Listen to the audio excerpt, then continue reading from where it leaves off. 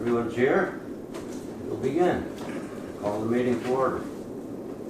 The first item on the agenda is to approve the agenda. So moved. Have a motion? Second. We have a second. Any additions, deletions? All those in favor say aye. Aye. Next item is to approve the minutes from June 21st. I'll make that motion.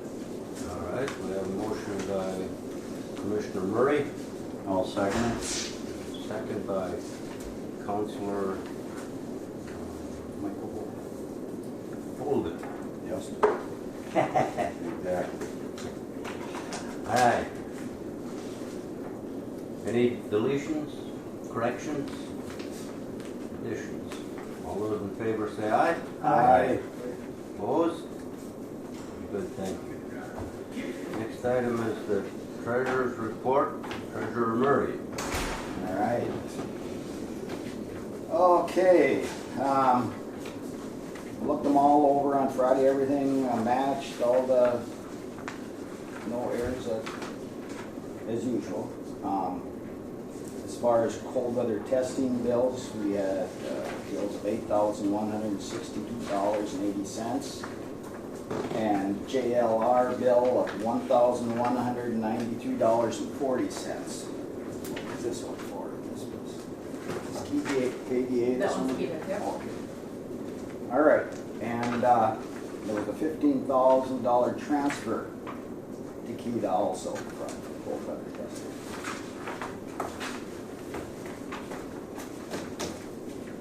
I don't know if we want to talk at all about profit, loss, and so forth. I don't know if we do that right now or normally we just stick. Unless there's something glaring, we just, Yeah. unless All there's right. something to note. But if I could, Sure. You Mr. bet. Chair. But you'll also note on page 3 of the cold weather, there's repayments back to the city and county for the cold box loan.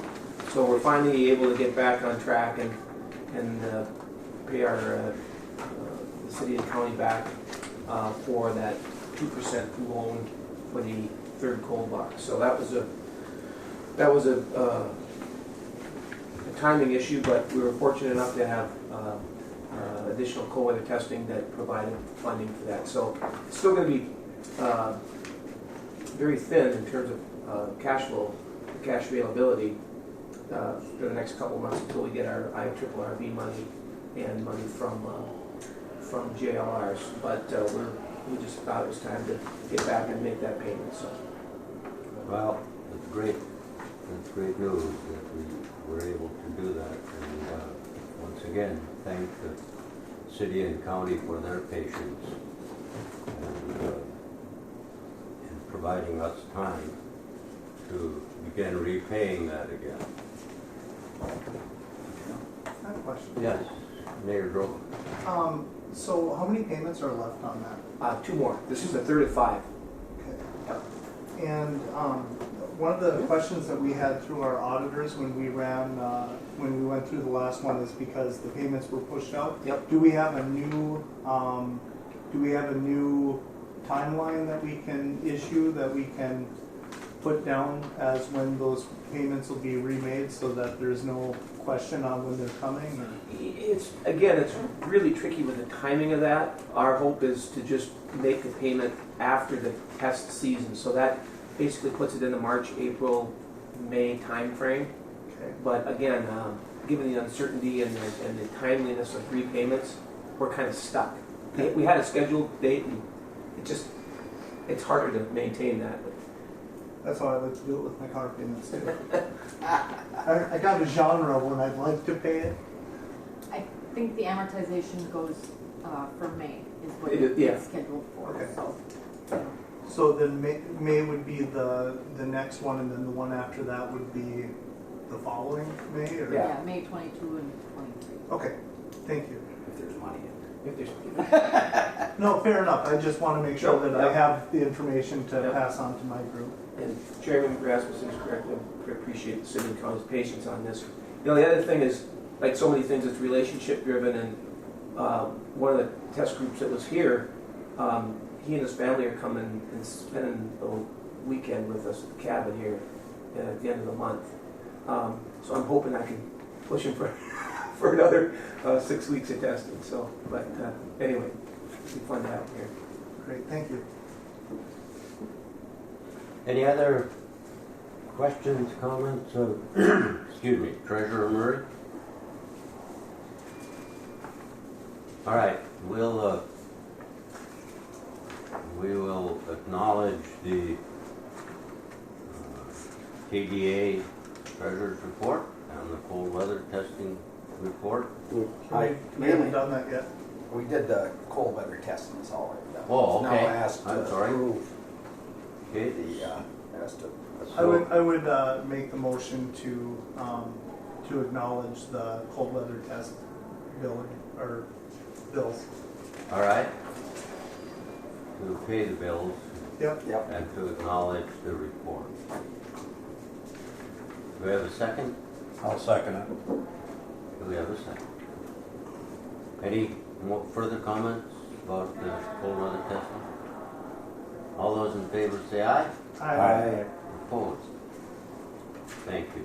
Continue, please. All right, KEDA bills, we have asking for approval of $21,281.12. And along with that is a bill today to Bremer Bank for $497.30. Asked to approve that. Everything else looked good.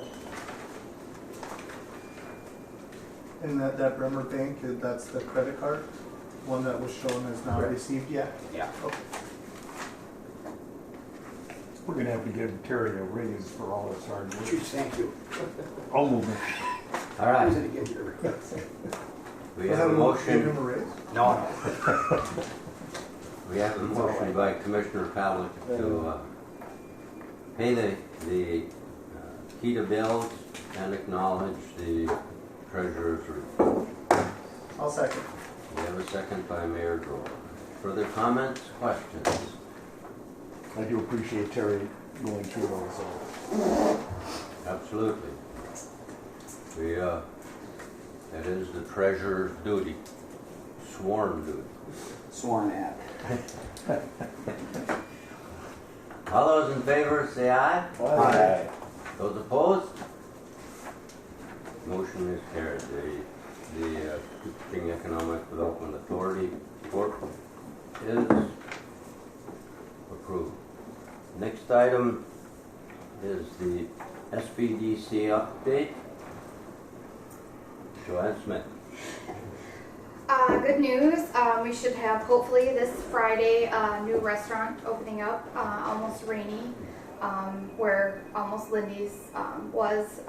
We've been working on that, and so hopefully that will be open this weekend, so that's a good thing.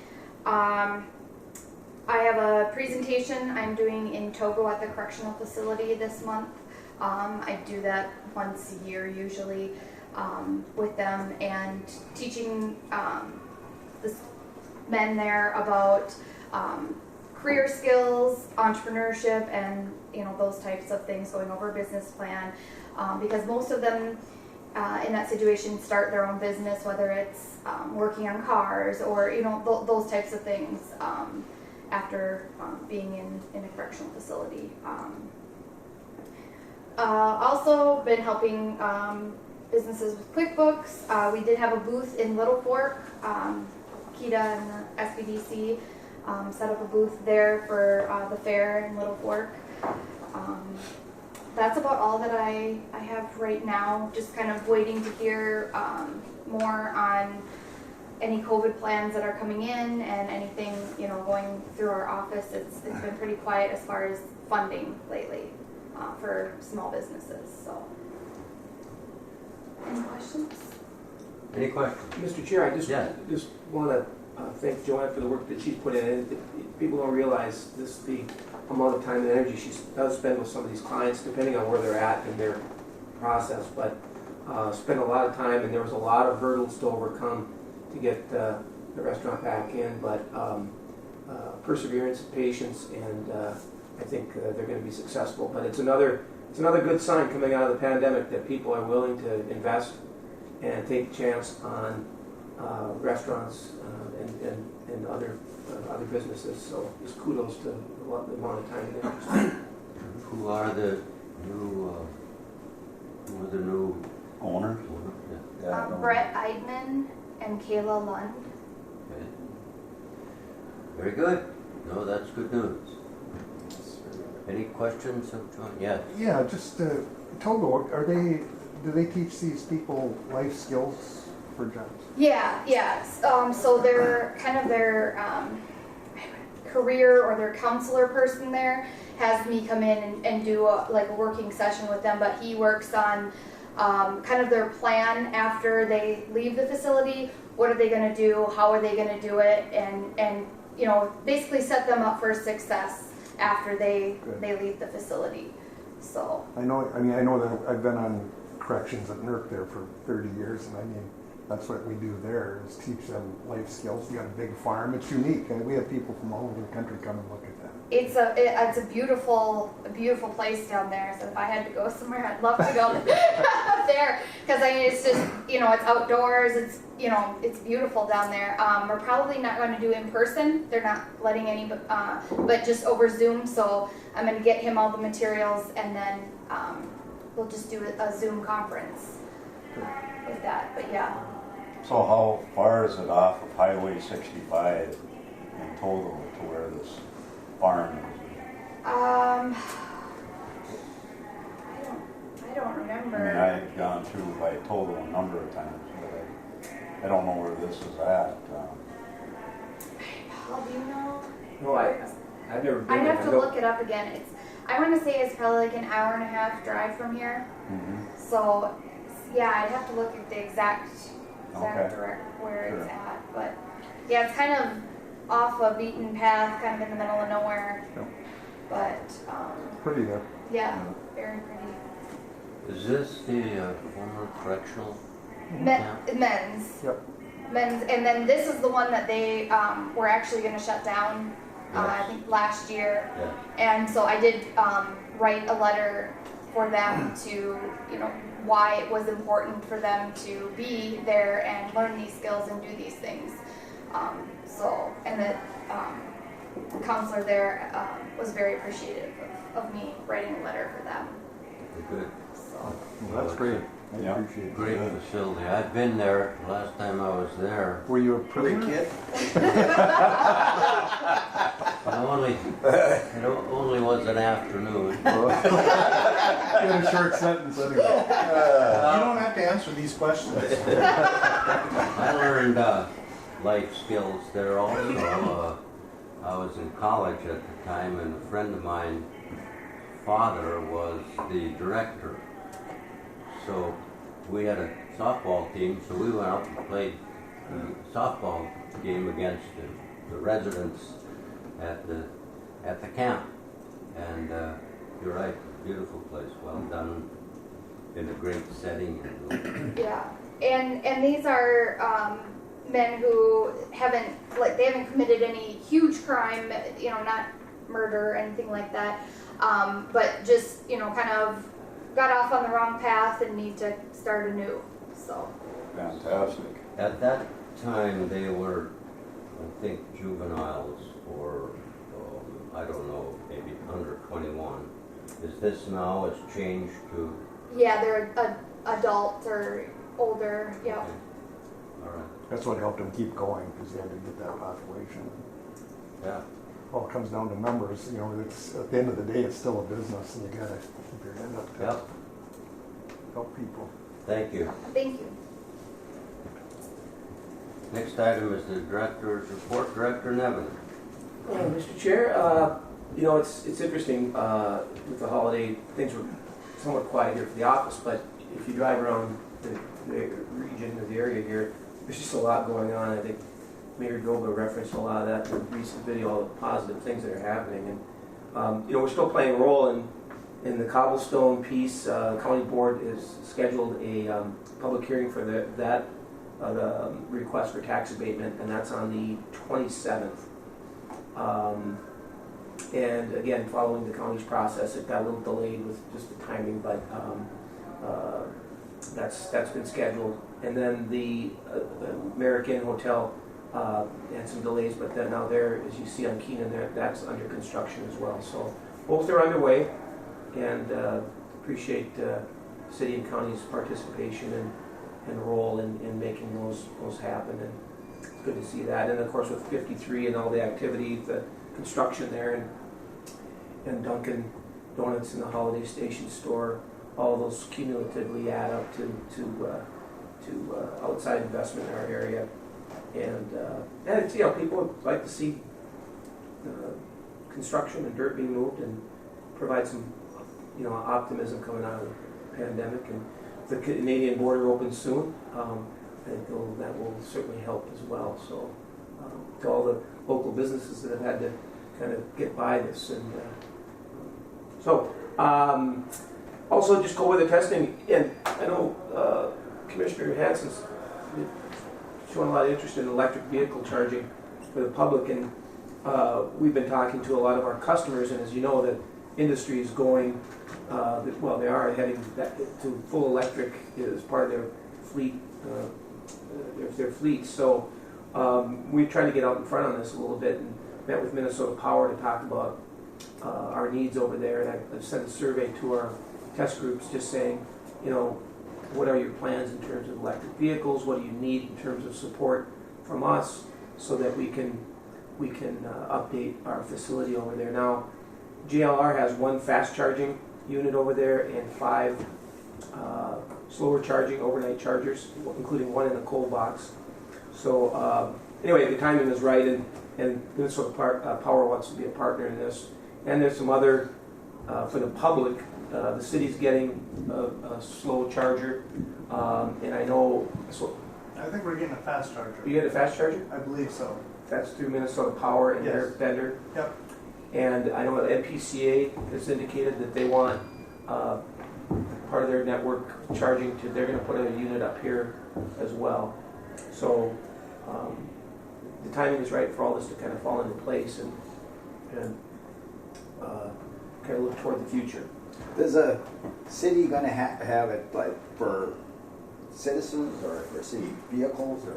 So we tried to get out ahead of this too. In fact, last summer we were hoping to have it installed, but there was a hiccup with the building that was behind Small Town Tech that needed to be removed so we could do directional boring to get it from the main street over to the city parking lot behind City Drug. So the plan is to get that in over there. It, as the information that we got through Minnesota Power, the reason we wanted to have it back there is it gives an opportunity for tourism to come in, have an area where they can charge their car in a populated area that they can do some shopping, some food, some drink, so that they can utilize our downtown shops and be able to get a bite to eat. And by the time that's done, because I think we were under the understanding it was about a 45-minute to a 1-hour charge, and that maybe that's a slow charge, maybe it's a fast charge.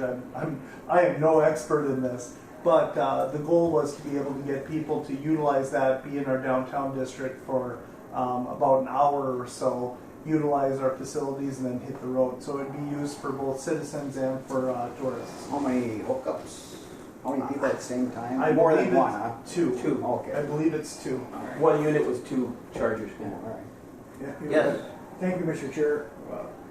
What they anticipate is if they come in for recharging, they're probably not empty. Like if you've got a half a tank of gas and you're going to go someplace, you'd fill up with gas. So the 45 minutes is likely going to be 20. So they'll be able to have lunch, and when they come out, they'll have a full charge. And I gave Mr. Nevin a packet of information, including must be 20 different kinds of automobiles, manufacturers, and how many miles they'll go and how long they'll take to charge. So, they're probably not going to be here much in the winter, but in the summer they should be able to, if we plan correctly, tourists should be able to come up and not have to go out of their way to charge their vehicles. Awesome. They'll be able to charge them when they're shopping or eating. it would be slick. Or if I could, Mr. Chair. Yes. Just out of curiosity, on an average, how far can a vehicle go on a full charge? Well, anywhere from 25 to 400. From span, huh? Well, they have some that are, they have some vehicles that are for folks who go to the grocery store or twice a week maybe. Like a golf cart. Yeah, you know, something like that. But they have other ones that you saw were 300 and 400 miles. Yes, they're extending that distance all the time. And- The technology's improving It's and amazing. You know, the hurdles up here is they expect in the middle of winter to lose about 40% of your distance. And then, of course, your charging will take longer, and they're still having issues with how warm you want your feet. And I actually bought a Tesla Cybertruck. I'm waiting for it to be built, and mine is 300 miles. So, but it also has a solar panel off the back, so it's always charging when there's sun out. So maybe in the winter. when do you expect delivery? I I was supposed to get it last year, but due to the pandemic, then they said the spring. Spring has come. Now we're in summer. They're saying I should be able to pick my options in fall. The beauty of this whole thing is I get to make payments on a car I've never had, and so it's tax free. So I don't have to pay any interest. It's not tax free. It's interest free. So I'm just making payments towards a vehicle, and then when I finally do get it, then whatever the balance is afterwards. But I've been paying on this for 2 years. Jeez. Is the DeLorean okay with you purchasing this? Well, it's another stainless steel vehicle, All right. and it can tow it. Thanks. All Couple right, items. I don't know if you saw it in the Star Tribune on Sunday. It said that they've allotted 100, I think this was part of the budget bill in Minnesota. They have $150 million that goes to communities to recover from the pandemic, economic, the results. And I was just thinking, I didn't read it thoroughly, but I was thinking that International Falls would be a prime candidate for it, because if I suppose you have to meet lots of different requirements, but because of our trade with Fort Francis. So I think it's through. That cares or just something? Well, if I recall, it's a special panel. Oh. Yeah. They just announced, Deed, that they're having a Main Street revitalization program, and you have to submit a proposal to them. And so yeah, I'm working with the chamber and the banks to send out this information in the cities. It just came on Friday. Okay. The panel is from legislators and the commissioner of the regulatory commission, and so it's got a lot of high-level people on it, and they were talking about it. Just put the money there. Yeah. Now they have to decide what the qualifications are and how much and whatever. So, but it's in the Star Tribune on Sunday if you want to go back and look I at think it's the same one. It's actually a loan and a grant program, up to $200,000 for a loan, and I think a 30% match by the business, or it is a match with a grant component up to a certain amount. But yeah, we'll do more research and get that out. Yeah. You're right. Because of our location on the border here and what the impact that it's had, it's just like the ARDC revolving loan fund. We've had a lot of candidates from Cooch County because of that. Yeah. Very good. All right, continue please. And we've already started getting requests for test time this season, which is good news because, with the pandemic, we weren't certain when people were going to be traveling again and the extent to which it would affect their ability to test here. But we're getting requests, so I'm anticipating kind of a regular, normal, busy season, which is good. A couple of other miscellaneous items. Cherry Road Media representatives were here this was a couple weeks ago, met with community members to discuss their plans, and they released this weekend the Rain Lake Gazette. So in a very quick time frame, they got that together, and I know they've hired a couple of staff, and they're looking to hire more and produce a weekly. This is more like a shopper, right? And the plan is to create a weekly newspaper as well. That's how I understand it as well. Or if I could, Mr. Chair, how wide a distribution are they looking at? Where Terry and I are stuck is, we don't have a public newspaper now, and we're required to in the state of Minnesota, every county, and you got to reach 80% of the residents in the county, and that's a challenge with a county this size because of the distance. So I'm just curious. I think that's their intent, is to be the paper of record. So to do that, they'll have to meet. And I don't know exactly. There's a lot more to it than I was. Yeah, we're finding out too. There's a lot more to it than we thought. Commissioner Murray. So they're looking at shopper and a newspaper. Yes. Mm-hmm. So shopper will probably go to everybody. Everybody in the and county. then there'll be a fee or whatever for the paper. That'd be great. And again, I'm no expert, but as I understand it, we've already started utilizing this for our paper of record, and the reason behind it is it has enough local news, which it has to meet the requirements of local news, and it has to be distributed. I don't think there was a thing on there on paid distribution. So just having a shopper not a shopper because that's not what this is called now, but just having a paper that's being distributed to the homes meets the requirements for us. So we're very happy to be able to do that, because I think just like the county, we started getting into this weird how do we get our information out there mode. So yeah, that's awesome. Well, that's more good news, I think, because a lot of people were concerned. Yeah. And a lot of political entities and agencies were very concerned. So, yes. Yeah, more to come, and they're going to hire staff too, which is Sure. going to create some jobs as well. And so look forward to that. Also, Kita staff had a chance to go down to Big Falls for their dedication of the expanded campground down there. And I tell you what, they did a great job down there, and it is a beautiful setting. Just a real asset to the whole county, that campground there and what it means to that community. So hats off to the city of Big Falls. Did anybody else have a chance to get down? Wade, you were? That was it. Yeah, I got down there and kind of toured the whole thing. It's nice. Yeah, you did a great job. I happened to be down there the other day, Friday, and the whole 12 minutes I was there, it was an all-out downpour. As soon as I left the city limits of Big Falls, it quit. What's that all about? I don't Lightning know. too? Well, Yeah, lightning, everything. you brought it here, so Yeah, well, we needed it. Yes, we did. Thanks. Yes, we did. And if I could, Mr. Chair, and Paul's aware of this, but I mean, ARDC was the driving force. Without it, would have never happened. Yep. Andy Hubley went out there 5 years ago, and we were looking for something there. Marta, the mayor, she worked on it continuously all those years. Yep. So, And they ran into some hurdles as well with finding Beautiful funding. restrooms too. yeah. Yeah. One of the hurdles they ran into was the extension of the camp went to who's the Dale Olson. Yeah, Dale Olson's family lived there. That's where Dale grew up.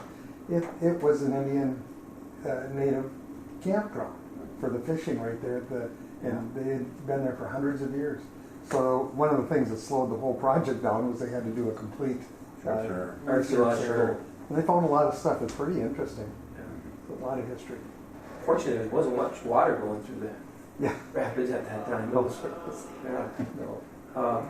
And just lastly, I want to note that the fisheries building, after all this time, was part of the county's public sale auction of tax forfeited properties this month.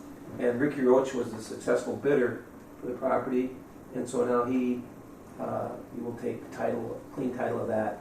And I look back in the records, and we provided the property to Barry Barney and Cooch Fisheries in 2007. After some difficulties and the inability to complete construction, in 2011 we went to mediation to try to resolve the claims against the building. And just now it's been resolved, so that's 10 years. And that's how long some of this stuff takes, but thankfully it's back on the tax rolls now, and Ricky's got plans for it, and as I mentioned last month, they'll start paving curb and gutter 22nd Street too, so that will all take shape and hopefully get that building back in service. So Ricky's a go-getter. What was the sale price? 65,000, it was the minimum amount was 10,000, it got up to 65,000. That's the buildings and the land. Landscape, yep. Mayor Grove, What? I thought you had your, Oh no, I was just listening. okay. So, that's, All right, any questions of Dr. Nevenin? I guess I would have one now. If we're talking about Ricky, last month we had discussed selling property. Has that moved forward? I've been in touch with Steve Shimon, and we're working on drawing up, so it's in process. Steve's very busy, as you know, I picked up on that. but He's gonna retire this fall. He already talked about it. He decided not to retire, Did he? at least for a while.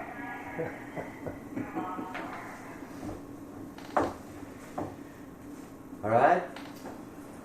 Any other questions, comments? We'll go to city, county, and out county updates. And we'll start with the out county updates. Former Commissioner Hanson, now Citizen Hanson. Well, thank you, Mr. Chair. I do vote, so, I qualify as a citizen, pay my taxes. And, if you guys are nice, I'll pay yours too. Oh, okay, I'll Nice. send it to you, yeah. Just so you know. All right. Great. Well, thank you, Mr. Chair. As you know, the Little Fork Fair was on this weekend, and my understanding is the turnout was terrific. And at the same time, in the western part of the county was the first annual Birchdale Jubilee, and it probably couldn't have gone any better. Even though some folks felt that the heat may have kept a few people away on Friday night, they had a band and a burger, outstanding music, and I know they fed over 150 people. So, for that situation and that amount of time, it was terrific. And the two young ladies behind Mike can attest that it was pretty busy on Saturday too. And they had music and demonstrations all day and booths and multiple meals. We struggle with the amount of volunteers we have, but it went very good.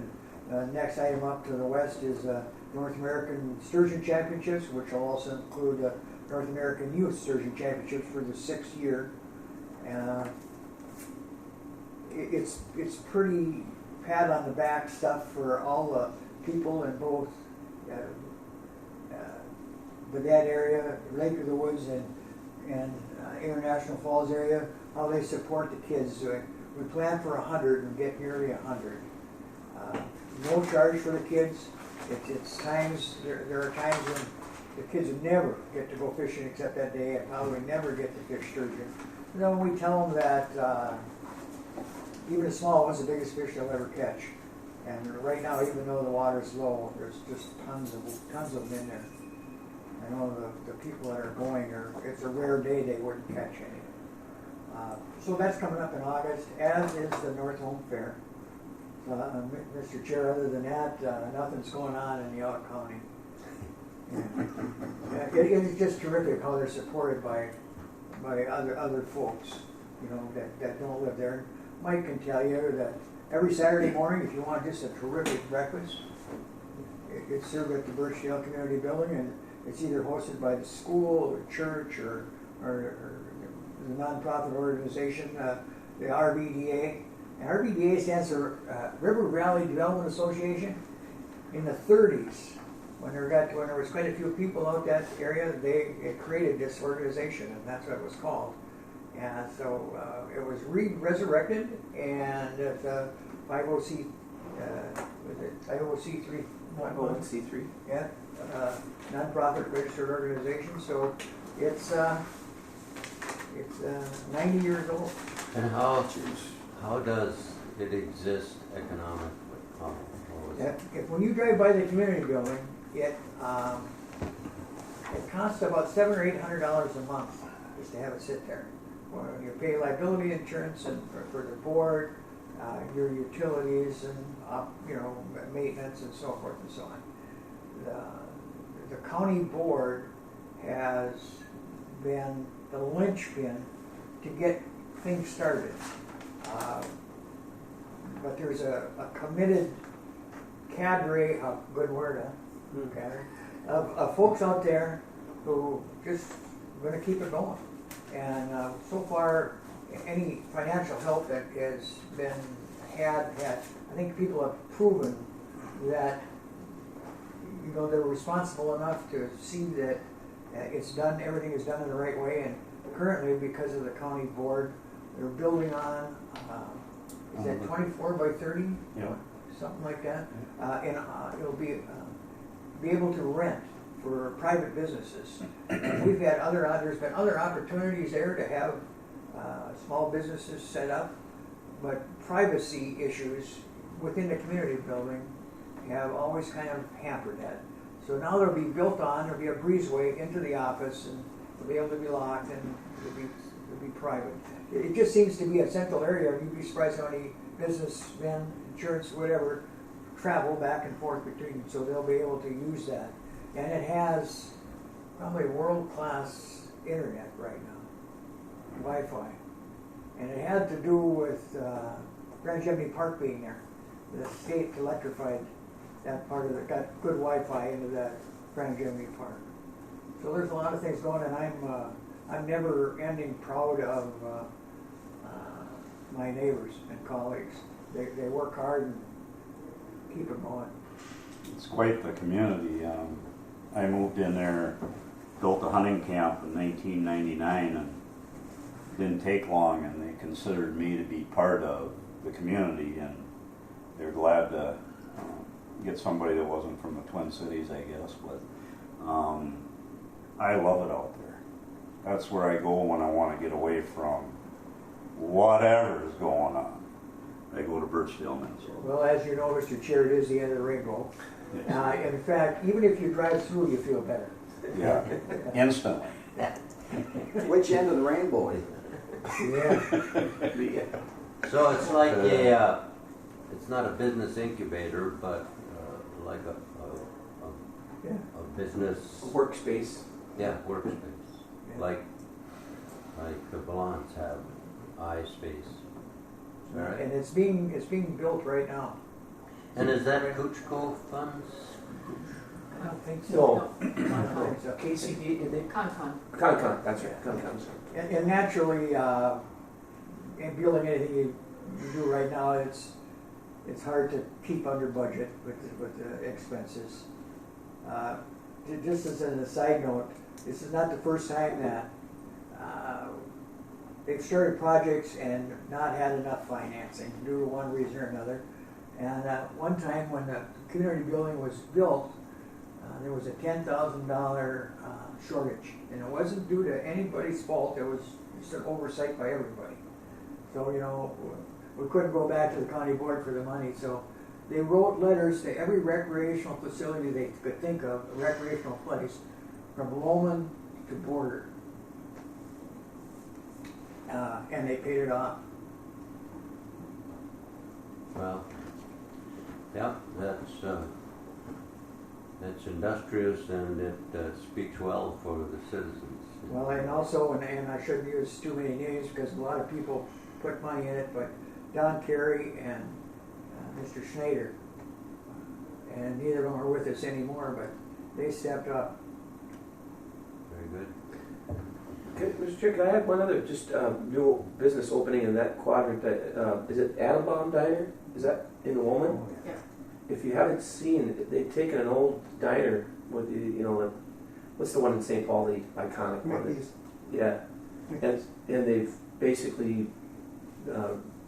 converted it into a retail shop, and she sells cakes and candies and what else? You mean like Mickey's? Yeah, Yeah. it's really, really cool. They've done a great job, and that's and the food is phenomenal. Yeah, she does really nice work. All right. There it is, enrollment. And that's open, full, Is it open She hopes to completely? be open by the end of summer, Oh, okay. but I did tour it last week. All right. Thank you, Citizen Hanson. Come out and join us, Mr. Chair. All right, Mayor Droba. Well, I just wanted to say I'm kind of shocked that America's Parade didn't come up under the Out County report this year. Oh, but you missed your opportunity. So, since no one talked about parades, I just wanted to say the 4th of July, after having a year off, we brought it back like Coca-Cola Classic. We had some good stuff going on in the park. We had very good turnout. The parade was pretty dang good. We are definitely still missing our Canadian counterparts, just not having the Canadian Foreign Legion there for the parade and the bagpipers, and just having that extra foot traffic for all of the events that we had over 4th of July weekend was a little dismal. But with that being said, it was so fantastic to have our community out and together again. And that's actually what the theme was let's get together again. So 4th of July was fantastic. We had a really, really good turnout this year. I'm happy to announce that tomorrow, after a great amount of time because of the pandemic, Sandy's will be opening again. So if you guys need to get some pancakes, I know I have a restaurant that we will not be serving pancakes because we don't want to compete with the best in town. So if you want to get some great pancakes, you go over to Sandy's. We also have Dunkin' Donuts. If they are not open right now, they sure as heck looked like they were. So they are right on the cusp of opening if they are not right now. Things are just moving and shaking. We have the Circle K, which would be what people are referring to as the holiday gas station, is coming together fast and furious. Today was the first day I was able to drive all the way here on Highway 53, a little bit of crushed rock, a little bit of new road. That looks fantastic, and it's going to be wonderful for those folks that have not had access to their businesses up there, being it have been closed for quite some time.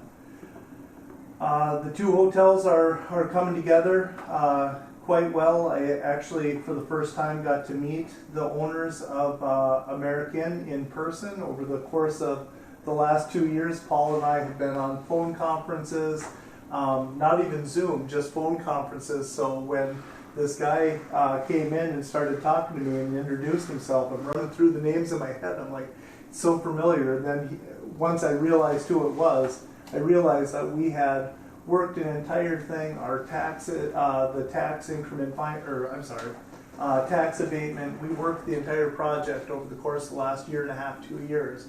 Never physically met the gentleman because of COVID. So I was able to meet those two last week. They came to look at their projects. We have a lot of good stuff, and I think that the newspaper, last meeting we were very saddened to hear about the Journal going down after 103 years, but now we have something new, the Rainy Lake Gazette, and sometimes that's what you need is change. So I look forward to seeing what they bring to the table for their news. I look forward to seeing what our new hotels bring to our community. One of the things that we're still actively working on at City Hall is the Cary Park rehabilitation project. We have Kraus Anderson right now looking at figuring out timetables and cost of how much that's going to be. We have lots of partners in play that we need to start doing some updates with. However, until we know time frames and know how that's going to work, we've just been keeping them up to date, that we are actively seeking to move that project forward, because both the spray park, which has been raised, monies have been raised by Rotary, needs to be installed, And secondly, our arena is in very, very rough shape, and we've known that for a couple of years. It will cost almost as much to have to rehab that building as it would be to rebuild the building at this point. So if you're going to rebuild something, let's build what we want and what is best for the community. So that's kind of where we're at right now. Lots of amazingly good things going on in our community. Sometimes we focus a lot on the negative, and I don't like to do that. So we have a lot of positive things going on. I think we have to see that, and it's really easy to see with all the dirt being moved and everything in our community right now. So that's all I have. Any questions of Mayor Grover? Thank you. That was good. To move on to the county updates, Commissioner Pavlik. I'll let Terry talk about the county. Interest of time. So, other than that, everything's going good in my district. So Commissioner Pavlik has deferred to you, Commissioner Briggs. I know your road looks nice, that new road, I went down it the other day, boy, that really, New road where? Took a lawsuit. which road is that again, that's South Jack Fish, yeah. 103. I took that, boy, they really did a nice job. And they made landscaping there. it, they did it with the scenic designs in place where you don't have to have the sharp, big long corners and they could narrow it. It's wide open. Yeah, it turned out beautiful. Oh, it is. Where is 103? South Jackfish Bay. Oh, okay. Anchorage Road. You have to, I'm a farm kid, you know. We don't go by numbers at all. We just turn by the big oak tree and go down over the By the bridge. cow, past the cow. Yeah. Dead Cow Road. And, I just gotta, other than, I could go on about all the new businesses and all the new development and great roads, the real rain here, it's just something how well they did down there. Sure. Everything's looking so nice, and it's gonna look so much nicer next year when all this is, the highway's open. But next week, I think it's next board meeting, there's gonna be a presentation, I don't know if they've came yet, or acknowledged yet, Koochiching in regards to the housing project and back the AB, so anybody that's interested, a nice handout, I was gonna bring it today and I see I didn't do it. The handout, let people see, but I think it's next week they're coming. And I'm not sure if it's called CARE funds, the new money we're getting. CARES I think Act, it is, yeah. CARES Act. Yeah. We still haven't formed a committee yet, but we're getting close, and then Wade and I'm on the committee, so we'll bring and talk about different areas of funding and what we're thinking of, which is what, million and a half. Million and a half, yeah. $1.5 million. We're still, I don't know where we're at with Northern Mental Health Center. We're still plugging along. You know about the new building? It's in progress, and Yeah. we've gotten over all the hurdles now, and things are rolling. We're ready to go. Yeah, that's where they're good. Northland Mental Health. So. Yeah, it's gonna be awesome. That's about all I got. I just have one question for county. Can you just tell me when and if the roundabout is going to be started on 332? I've had about 12 people ask me about it, and they said, or the city. I have no clue. Tuesday at 4 o'clock at Right here. Rainier Hall. It's going to be a presentation by our highway department. Yeah, it's definitely going to happen Is it happening this year or is it happening next year? next year, I think. Is that right, Wade? Yeah, we wouldn't. Yeah, Yeah, it would be this year. because without at this point they haven't made a decision. And so once they make a decision, it takes at least a year to get the funding in place for construction. Yeah, they're. I mean, people are very divided on that. I hear from everybody. Well, I think they're starting to get, the more they hear about what the roundabout's going to consist of. I think Tuesday is going to be a very informative. I'm going to that one. I went last Thursday and sat and waited, and I found out that they changed the date. And the roundabout, once again, is where? You said 332 and 53. Right, just right over here. Okay. You know, and then there's that terrible official Yeah. curve. When you went south on 53, where it intersects with 332. Yeah, they got the signs. Right by Harder's up north, you pass up north and there it is. I'm trying to help the country. Yeah, yeah. Okay, this will help. The horse show, it's right by the horse show area. Oh, all right.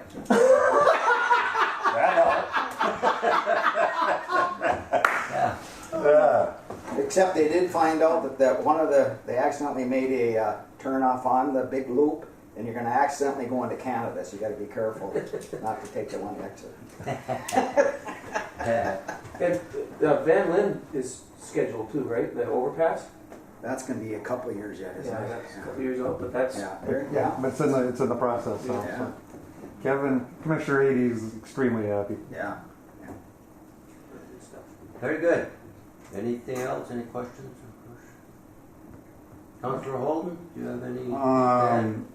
We're gonna be voting on our joint powers agreement tonight, which is very important.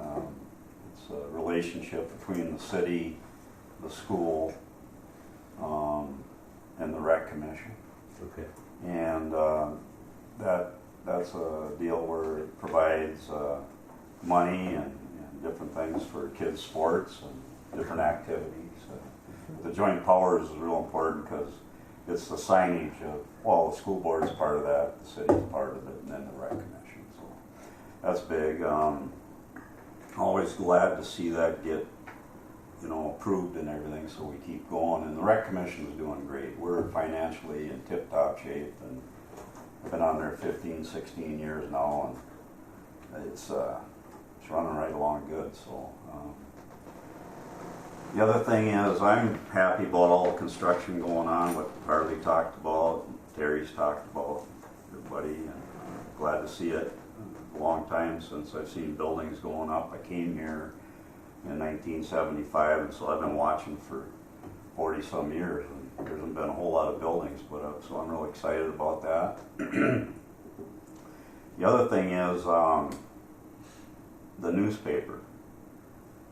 I delivered the Daily Journal when I was 10 years old for the whole town of Little Fork, and so for me to see it close, I was really saddened by it.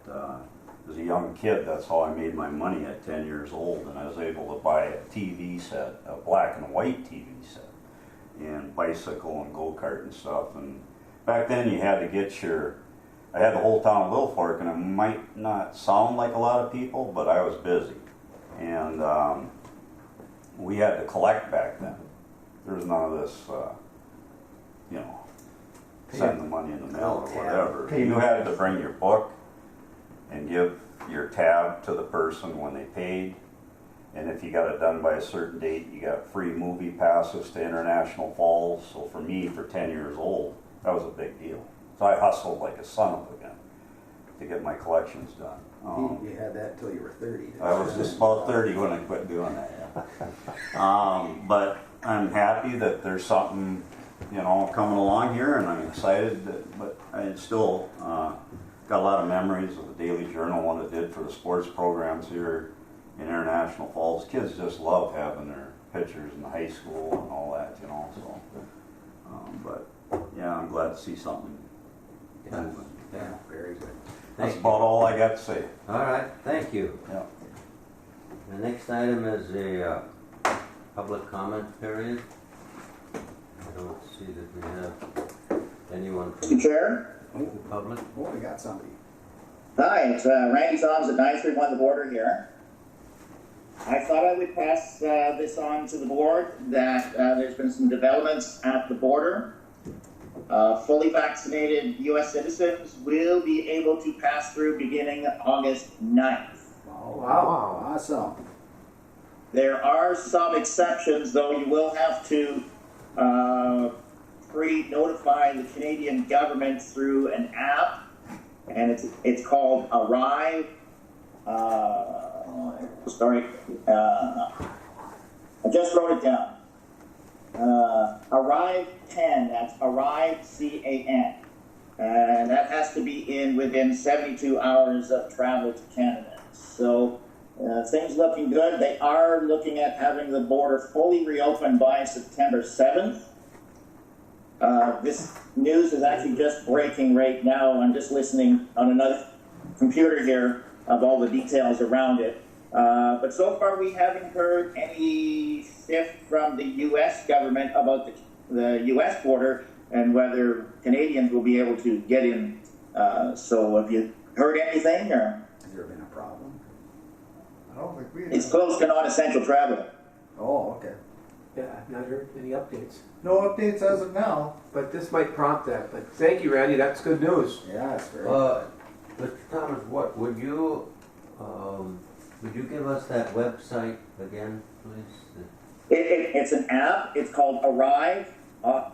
ARRIVE. CAN. All one word.